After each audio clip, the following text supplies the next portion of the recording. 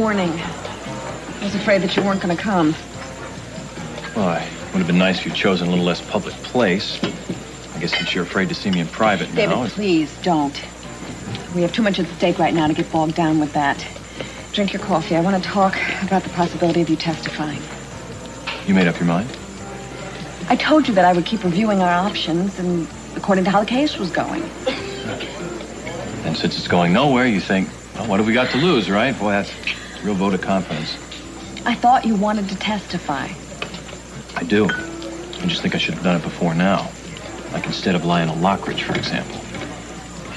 Look, the strategy with Lionel obviously didn't pay off as I hoped, but that shouldn't make any difference to whether you decide to testify or not. If you... I'm not sure that it's the right thing to do yet. Well, I am. And I'll tell you something else. I'm going to do it, whether you cooperate with me or not. All right, well, I suggest that we talk about the questions that I'm going to ask and the answers that you might give before we make that decision. Why? So I can say just the right words to get the jury's sympathy? So Mason won't find a weapon to bludgeon you with when he gets his chance to cross-examine you. David, the choice of words is important. Something inadvertent or seemingly innocuous. To your mind, a clever prosecutor can twist that around in ways that you've never even imagined. Well, I am very tired of living in fear of clever prosecutors and judges and the whole judicial system. When I get up there, I'm not going to hedge or hold back or go through my paces like some trained dog. I'm going to tell the truth. The simple, unadorned, not too flattering truth. Because the fact is, that's all we've got.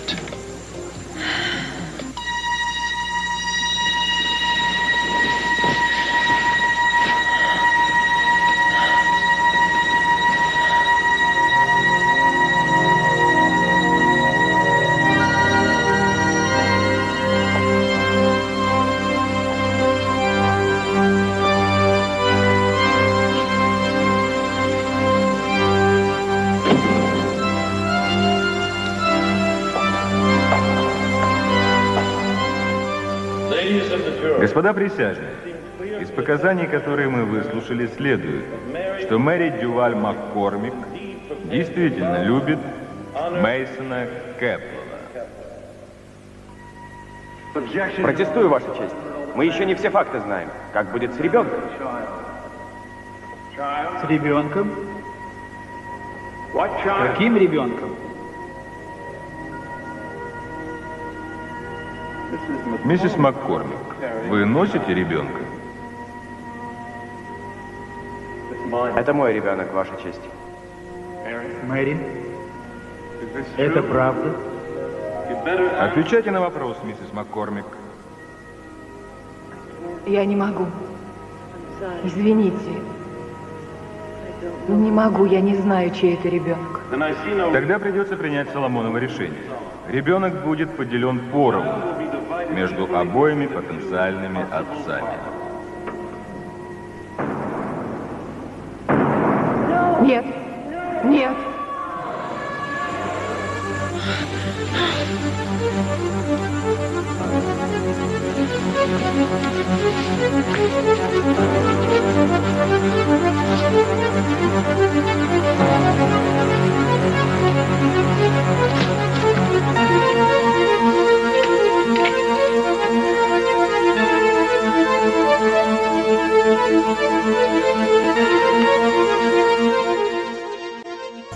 Don't you want to have visitors?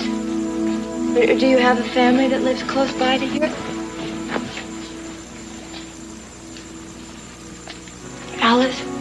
Alice, you better make your bed. Dr. Rawlings is coming down the hall. Come on. You don't want him to come in and see that your bed's unmade. Come on, we'll do it together. I'll help you. Come on. You don't want to get a demerit, Alice, do you? Oh, it's okay. I'll do it. It's okay. I want us to be friends. I need a friend. Don't you get lonely around here sometimes? I'm sorry. We don't have to talk if you don't want to. What are you doing, Kelly? Nothing. That's Alice's bed, not yours. You have your responsibilities, and Alice has hers. You understand? Yes. We're not doing Alice any favors by doing things for her. She has to learn to act on her own. That's how she'll get better. I'm going to have to give you 2 demerits, Kelly. That will remind you that what you think is helping is not really helping at all. Do you understand that? Say yes if you understand. Well, I was hoping you'd be able to communicate with your visitors today. What visitors? If you stop talking, I guess I'll have to ask them to come another time. Well, who's coming? I've given permission for your mother and father to visit you later today. Does that please you, Kelly? Yes. If you learn to play by the rules, good things happen. No sitting on the bed after breakfast. You remember that rule? I'm sorry. I forgot. Alice. What you need to do, Kelly, is show Alice your good example. That's how you can help her and help yourself. I'll see you both later. Have a good morning. You have a good morning, too, Doctor. Well, thank you, Kelly. That's very nice.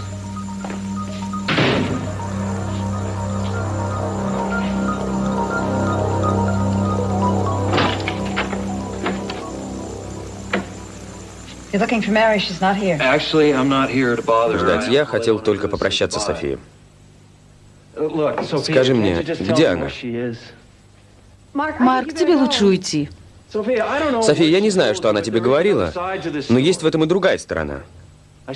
Я очень люблю ее. И всегда любил. Я с тобой не соглашусь и не вижу смысла нам это обсуждать. Ты верила мне, София. И однажды, сильно испугавшись, пришла ко мне, а не к родным. Я старался быть для тебя не только врачом, но и другом. Я очень ценю все, что ты сделал, Марк. Но давай не будем продолжать.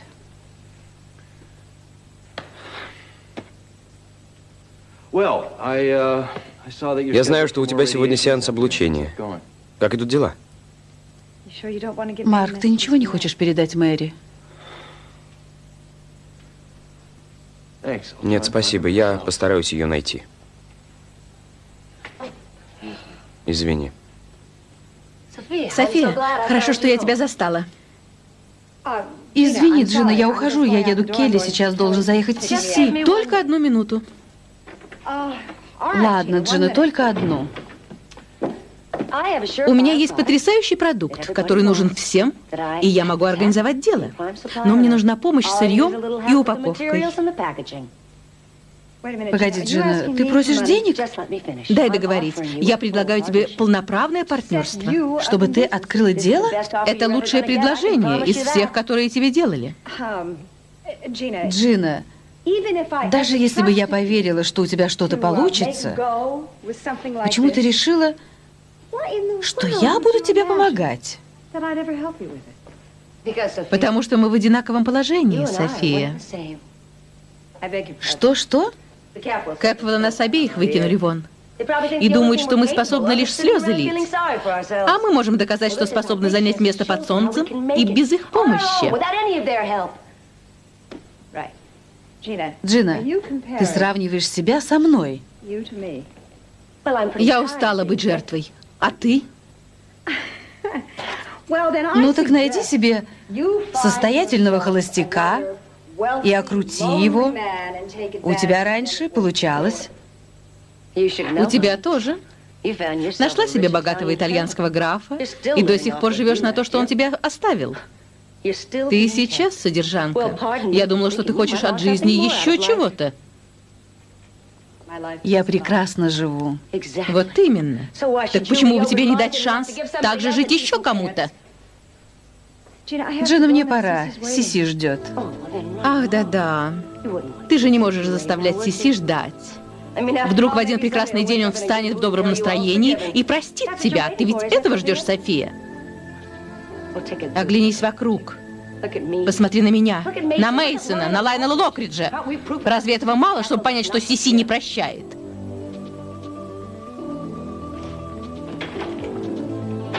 Ладно, София, помочь мне ты не хочешь.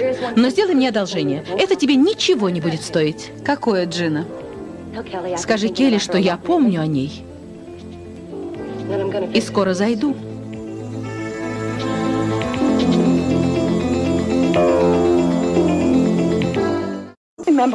Ты уговаривал меня помочь тебе. I didn't want to take your case because I didn't think I could handle it, but you made me believe that you couldn't get through it without me. And so I went along with it. I alienated my friends and my family. My sister will probably never speak to me again, but I was willing to do that for you. And now that we're down to the wire, you're going to tell me that my help isn't any good anymore, that you're going to make all the decisions all by yourself? I have to testify. What else do we have? I hope to prove that Sheila was lying. You hope to? Do you really think you can do that? If she was lying, I can get her to admit it. If she was... What, are you going to ask me again? No, because it doesn't matter. To you or the jury? I can't speak for the jury. Well, then to you. If you did have an affair with Sheila, it wouldn't change how I feel about you at all. Not now. I'll see you in court.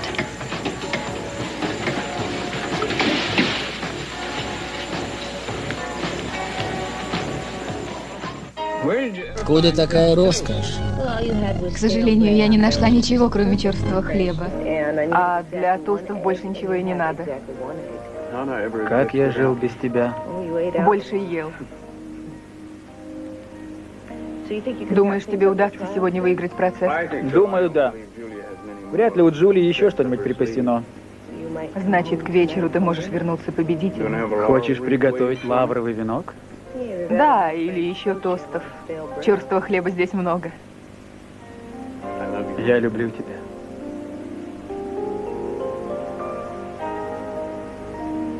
Вот оно, семейное счастье. Ослепительно красивая женщина приносит завтрак в постель. Не хватает только парочки сорванцов, сующих пальцы в сироп. Да? Мэри? Я что-то не так сказал? Ты все время что-то говоришь, поэтому ты и великий юрист. Если опоздаю в суд, больше великим не буду. Быстренько в душ. Спасибо за завтрак. Спасибо, что ты здесь, что любишь меня.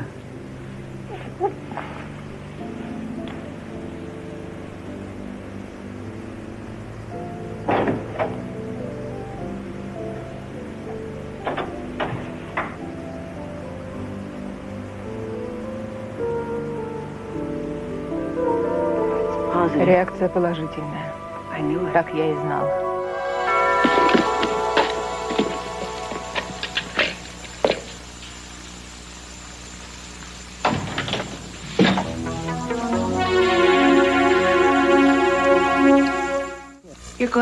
Уезжаешь из города? Я решил, что так будет лучше для нас обоих. Мэри, если я останусь здесь, мы все равно будем где-то встречаться. А ты этого не хочешь. Я же вижу. Очень разумно с твоей стороны, Марк. Я делаю это больше для себя, чем для тебя. Слишком больно видеть тебя с другим.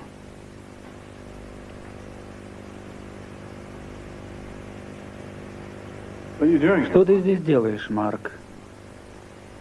Успокойся, Мейсон. Я уезжаю. Зашел попрощаться. Между прочим, я уезжаю за границу. Знаешь, Мейсон, Мэри прекрасный, благородный человек. Не погуби ее.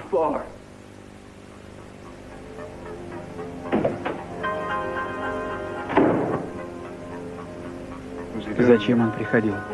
Отдать ключи от дома для гостей и оставить адрес.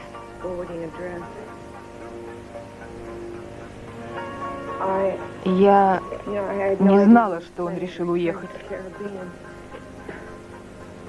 Ну что ж, я этому очень рад. Он правильно поступает. Так будет лучше для всех.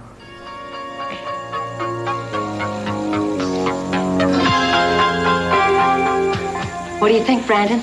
How do I look? You look nice. What about the cookies? How do they look? They look like cookies. Up this way. Brandon, I know you're gonna be here. Как ты здесь оказался? Очень хорошо, что ты пришла, Хейли. Можешь сфотографировать меня? Как передничек, не слишком? Погоди, что происходит? Компанию без рекламы не создашь. Я разошлю фотографии по всему городу. Я здесь шума наделаю. Погоди, ты что, в самом деле собираешься торговать печеньем? А ты как думала? Я что, для здоровья это делаю? Думаешь, стоит только нацепить кокетливый передничек, встать к плите и успех обеспечен? С чего-то надо начинать, Хейли. Конечно, за один день компанию не создашь. Но когда мое печенье попробуют, кто-нибудь захочет вложить деньги, и дело пойдет. Да, Брэндон?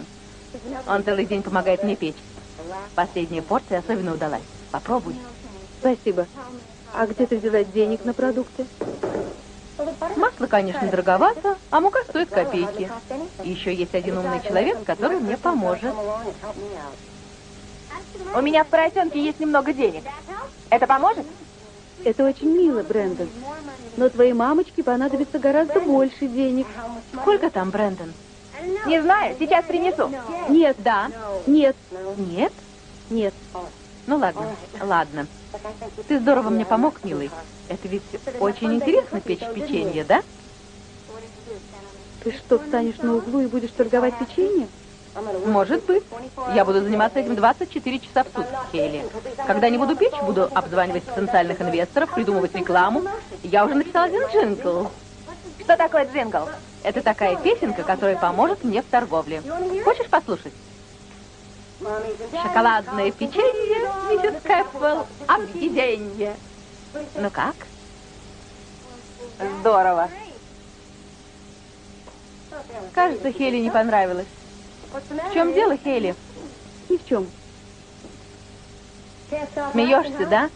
А по-моему, неплохо. Печенье объедение?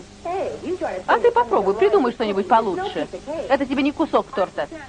Конечно, это же хрустящее шоколадное печенье. Брэндон. Это Роза? Она, наверное... Brandon, I think maybe you better go home. Don't you tell Rosa that I'm here, okay? Okay. Thanks a lot for helping me bake the cookies. All right. But where's my book? Remember I brought a picture book? Oh, yeah, wait. It's right here. Here you go. You better get going. Bye, sweetheart. That's it. What? Bookies!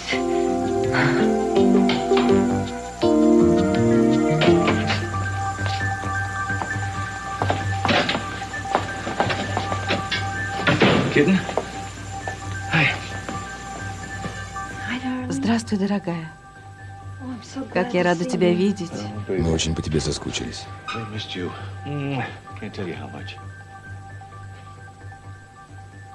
Келли? Келли, ты узнаешь нас? Да. Что случилось, милая? Она, наверное, сердится. Да, детка? Ты сердишься на нас? Почему вы раньше не пришли? Мы хотели Келли, мы очень хотели прийти раньше. Других навещают каждый день, а меня нет. Никто не приходит. Только Иден. Иден приходила, одна Иден приходила. Мама говорит правду, мы пытались. Мы просились много раз, но врач просил подождать. Он сказал, что ты быстрее поправишься, если будешь одна. Я не хочу быть одна. Хорошо, детка. Мы попросим врачей, чтобы нам разрешили навещать тебя почаще. Почему вы здесь меня держите? Что я натворила? Послушай меня, доченька. Тебя никто не наказывает, ты просто нуждаешься в помощи. И надо дать врачам возможность помочь тебе. Нет. Я их ненавижу. Ненавижу Роллингса. Ненавижу больницу. Я хочу домой. Келли, ты вернешься домой, дорогая. Очень скоро ты будешь дома. Извините, что мешаю. Здравствуйте, доктор. Очень рад вас видеть. Я знаю, Келли ждала вашего визита. Келли хотела бы видеть нас чаще. Я вижу, она вам очень рада, но, боюсь, придется мне ее у вас ненадолго похитить. Что, сейчас? Ну, через 5 минут начинается ежедневное собрание, на котором должны присутствовать все больные. Но мы только что пришли. Мистер Монти, общение с другими больными – это важная составляющая лечения Келли. Келли, мы с тобой об этом уже говорили. Ты должна знать других больных, а они должны знать тебя. Неужели нельзя один раз пропустить? Мне поставят 2. Что?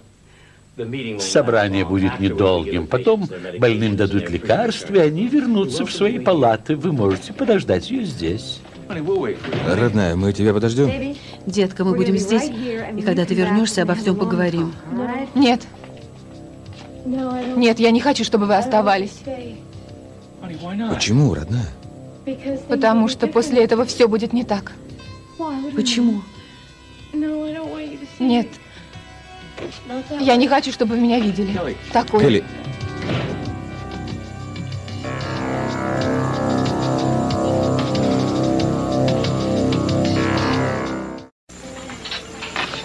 Tomato soup. Tomato soup? You have your pick of the whole menu and you want tomato soup? I'm not very hungry. I hope you didn't eat those green apples out in the orchard. I told you they'd give you a tummy ache. I didn't eat any apples. Then what were you doing outside for so long? You were almost all the way to the Lockridge house. I was just taking a walk mostly. Okay. Don't you want to take your jacket off, sweetheart? It's pretty warm in here. I'll help you. Here. We'll just take it off and hang it over the back of the chair. Hand it. Hola. ¿Qué es esto? Galletas. Young man. This explains why you weren't hungry. Where did Brandon get these cookies? I know a lady who sells them. Who? Just a lady. They smell good. Mind if I have a taste?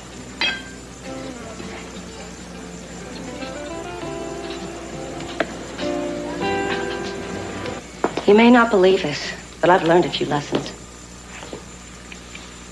I always tried to get other people to take care of me and help me out. I finally realized that I have to help myself out. But one of the reasons I'm doing this is for you, too. For me? That's right. Because of the way you believed in me even when I didn't deserve it. And I realized how much I disappointed you at the end. If I could make you proud of me again, even just a little bit. Gina, I told you things are always going to be different with us now. Maybe so, but I'm not going to stop trying. When you lost respect for me, Hayley, I lost respect for myself, too. That is, if I ever had any. I'm trying to be a better person. Don't you think that's possible? I don't know. Hayley, if I can make a go of this business, I can get a little of my own dignity back. Maybe it's all a dream. I'm not sure. Maybe what you said is true, that I won't be able to continue with this without some backing. I thought I had a backer today, but the whole deal fell through. That's too bad. All I really need is a couple of $1,000. I mean, just $2,000 or $3,000 would get me through my first month, and by then I'd have a steady stream of customers. Can't wait to hear what's coming next. I wouldn't even dare ask you if I didn't really believe in this idea. Ask me what? The money your father. Stop it. Stop there. No, you have to have at least $3,000 left. And it's all for in case of emergency, Gina. Hayley, you know what I was thinking today? I was thinking about what Stan would do if he were still alive. If I asked him for this money, you know what? He'd give it to me. Because that's the kind of man my brother was, Stan, God bless him. He always told me to dream big dreams. And I know he'd want to help me make this one come true. All the money I have in the world. I'll give it back to you, Hayley, plus 3 times the interest the bank is giving you. What if an emergency comes up? What if I need it? I'll liquidate everything and I'll give you the money back. I swear it. 3 times the interest? We can draw papers and everything. All right. All right. Did you say all right? It's just an investment, okay? No friendship, not a reconciliation, nothing. Just don't turn it into one, all right?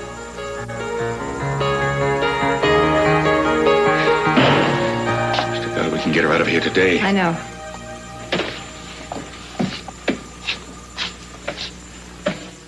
Привет.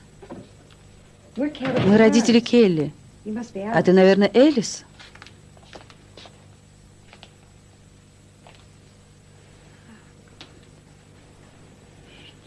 Она, кажется, вообще нас не заметила. Нет, бедняжка.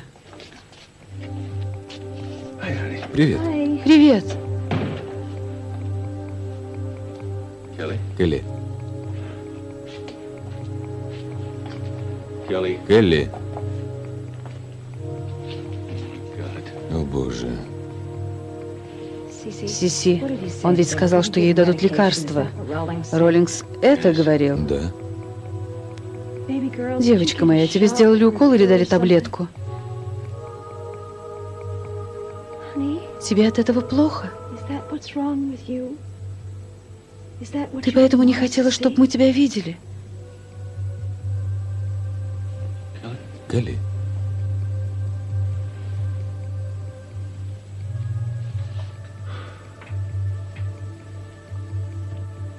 Вы можете вызвать следующего свидетеля. Your Honor, the defense would like to call David Laurent to the stand. I love you very much.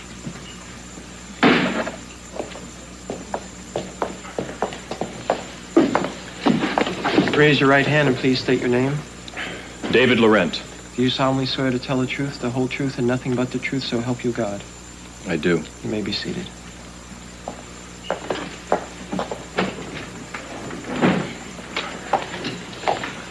Mr. Laurent, will you tell the court how long you were married to Madeline Capwell?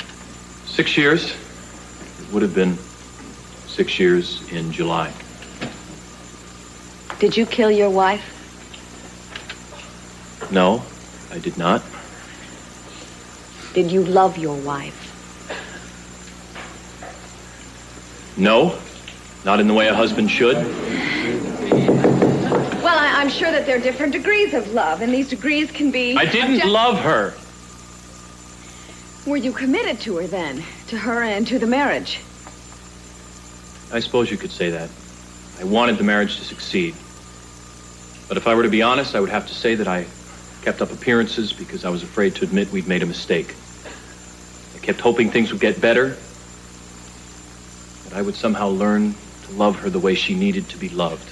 But it didn't happen. Surely you felt some sort of fondness for your wife. I mean, even if you couldn't call it love. At times. At times I hated her. Your Honor, may I approach the bench? Mr. Capwell. Your Honor, I feel that I'm doing my client a disservice by letting him take the stand. A little late to realize that, isn't it? Oh, please, counsel. I ask that his testimony be struck and that my request to have him take the stand be rescinded. Well, now, just a minute. Counsel has had plenty of time to review her client's testimony. She should have been prepared for this. I don't see how she can now move to strike when she called him on her own volition. I will allow Miss Wainwright to advise her client that the character of his testimony may prove self-incriminating. In fact, I will inform the witness of that now.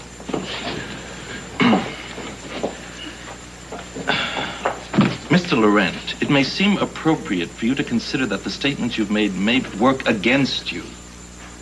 You would be right to answer the questions without volunteering added information. Your Honor, I'm telling the truth.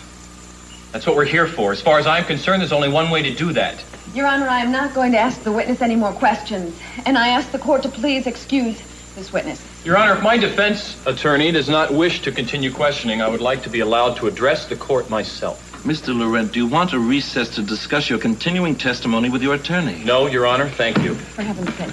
Mr. Laurent, it's usually not good policy to go against the advice of your counsel. Miss Wainwright wants you to know that the Constitution states that you cannot be forced to testify against yourself. Your Honor, no one is forcing me to do anything. I only wish to tell the truth in my own words. Any objections, Mr. Capwell? Not at all, Your Honor. Very well.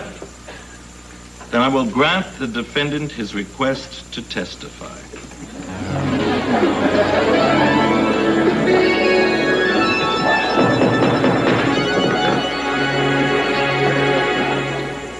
I came to Santa Barbara because I wanted to talk my wife out of a divorce. It's crazy, you know, and after all the things we'd been through, those were the last words I ever expected to hear from her. You see, I thought we were one of those modern couples who had an arrangement. I gave her all the freedom she wanted, kept quiet when I suspected indiscretions. Why would she want to leave me? I guess my pride was wounded. Not that I wanted to stop her, really, or even contest the divorce. I just wanted us to be honest with each other. So, the day before she was attacked. I met her at the bungalow, and I asked her why. Well, the first thing she did was accuse me of having an affair with Sheila Carlisle. I couldn't believe that. I mean, was she really going to try to blame this divorce on me with some trumped-up accusation? I told her the truth. There'd never been an affair with Sheila. And then I accused her of using that as a smokescreen to try to disguise the fact that she wanted to end the marriage for her own reasons. And she finally admitted that she found someone else who would be of use. Those were her words. Of use. Oh, she said I'd been very amusing and decorative, but never of any use to her. And then she had me look at an agreement she'd had drawn up where I was supposed to relinquish any claim to her family's assets. That hurt, because in all the time we'd been together, I never touched her money. I never had to. I always had enough of my own. She was insistent.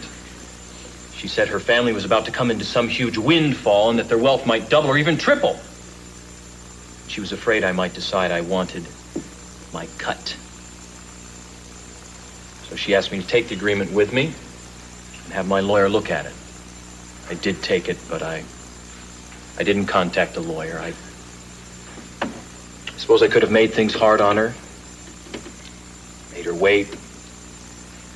But the next day I decided to tell her I intended to sign. And I went back to the bungalow. That's when I found her. Somehow I knew, standing in the doorway, that by the position of her body, that something terrible had happened. I ran to her, I lifted her head, but that beautiful face was already empty of life. I held her face. I was so filled with rage. I mean, who could have done this? Why?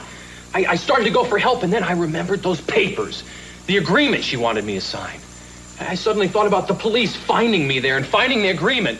They know that Madeline wanted a divorce, and they think I killed her to keep from signing that agreement. So I ran, okay? I was sick with shame, but I ran.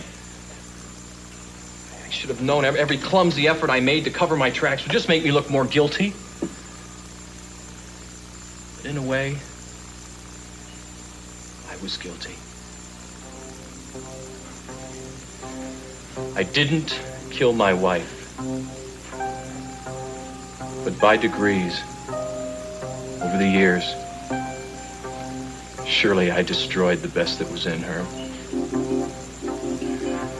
By not being able to love her the way she needed to be loved.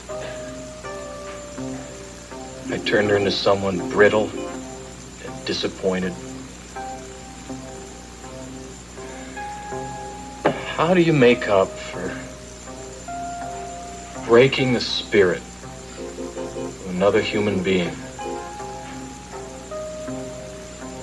For that, I will bear the blame the rest of my life. Thank you, Mr. Laurent. There'll be a short recess until 1 o'clock. Mr. Capwell, you can begin your cross-examination then.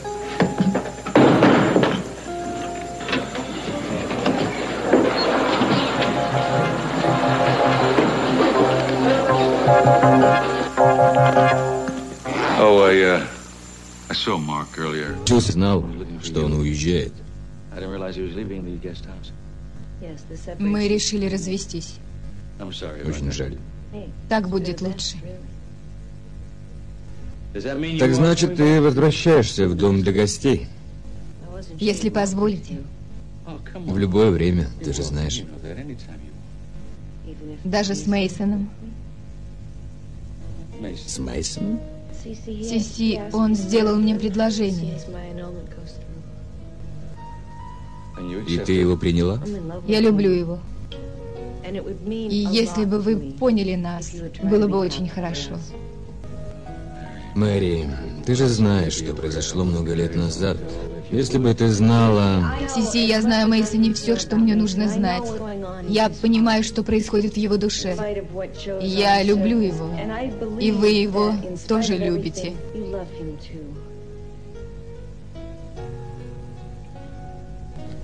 Надеюсь, он понимает, как ему повезло. Я чувствую себя любимой.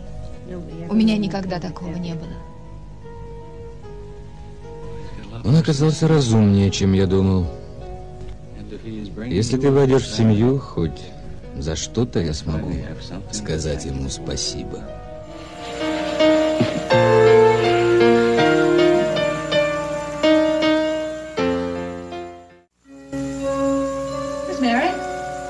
Went over to the courthouse. She wanted to see what was going on over there, and I'm going to go over there myself to see the afternoon session. Did you make your call? Yes, I did. It was just a checkup that had slipped my mind. Thank you again for taking me to see Kelly. I wish it had been more hopeful. She couldn't even say Она даже goodbye to us. попрощаться с нами не смогла. Она как будто и не моя дочь. Не знаю, кто она. Это как... Ей абсолютно не нужны эти лекарства. Она ведь не буйная. Rawlings говорит, что она еще не привыкла к дозе. Лекарство должно помочь ей избавиться от воспоминаний. Сиси, он мне не нравится, я ему не верю. Кажется, я тоже. Спасибо, что съездила со мной. Давай в следующий раз тоже поедем вместе. Если хочешь. Хочу. Я не могу ездить туда один. Ты замечаешь то, чего я не вижу. Ты мне нужна. Осторожно, я ведь могу и поверить. Я и хочу, чтобы ты поверила. Сиси, все может измениться. Так случалось раньше. Возможно. В жизни многое изменяется.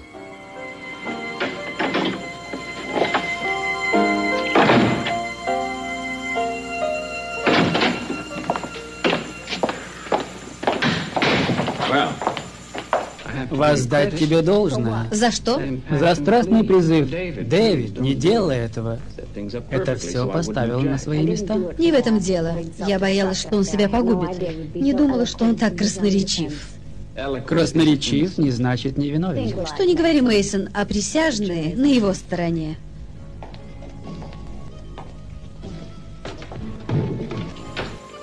Ты был великолепен, а я была не права. Ты боялась за меня. Я это понимаю. Присяжные ловили каждое твое слово. And so was I. I felt like I was hearing it for the first time. There were things I don't think I really knew myself till I said them. I am very proud of you. But it's not over yet. Mason's angry at being caught off guard, so he's going to be tougher than ever. Я не поверила ни единому слову. А присяжные, как ты думаешь? К сожалению, поверили. Будь осторожен при перекрестном допросе. Ты нервничаешь? Я нервничаю. Ладно, сейчас я тебе кое-что скажу. Я сегодня говорила с твоим отцом. Ну и? Я сказала ему о нас. И он от радости стал палить из всех хлопушек? Нет, но в штыки это не принял. Сказал, что с радостью примет меня в семью. Мне он такого никогда не говорил. Mommy's, daddy's, coffees, bookies, all of Mrs. Capwell's cookies. They're fresh and light, and his homemade baked. Проглоти.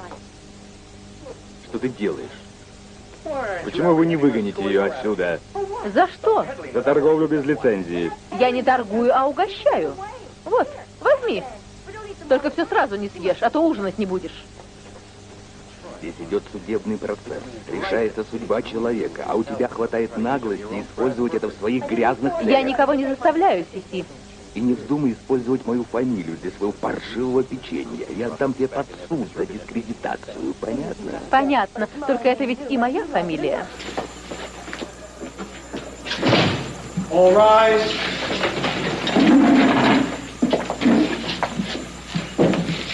thought you were leaving town today. Well, I changed my mind. I wouldn't want Mason to think he was running me out of town. The court will come to order and the witness will resume his seat. Mr. Laurent, I'm sure I don't have to remind you that you're still under oath. Proceed. Well, Mr. Laurent, I'm sure I speak for all of us when I say how rare it is to hear a man bare his soul the way you did earlier in court today. I'm especially reminded of your description of entering the bungalow and then holding your dead wife in your arms. I ran to her, tried to lift her head, but that beautiful face was already empty of life. Isn't that what you said? As I recall, yeah. But in fact, your wife lived for 30 more hours. What made you decide that she was dead? That she was empty of life, as you so poetically put it? Like I said before, by the position of her body, the way she looked. You didn't feel for a pulse? Of course I did. I couldn't find one. Look, didn't someone from the police testify that they couldn't find one either at first? It was very faint. Well, what about when you lifted up her head? You said that you lifted up her head and held her face very close to yours. Isn't that what you said? Yes. Well, shouldn't you have been able to detect her breathing? It seems to me that if you were holding her that close, you should have felt her breathing. You know, it seems to me, Mr. Laurent, that by your own admission, if you aren't guilty of murder, at the very least, you're guilty of negligent manslaughter. I thought I was already too late. I thought she was dead. You felt her breathing and you left her there to die. Objection! Objection, Your Honor!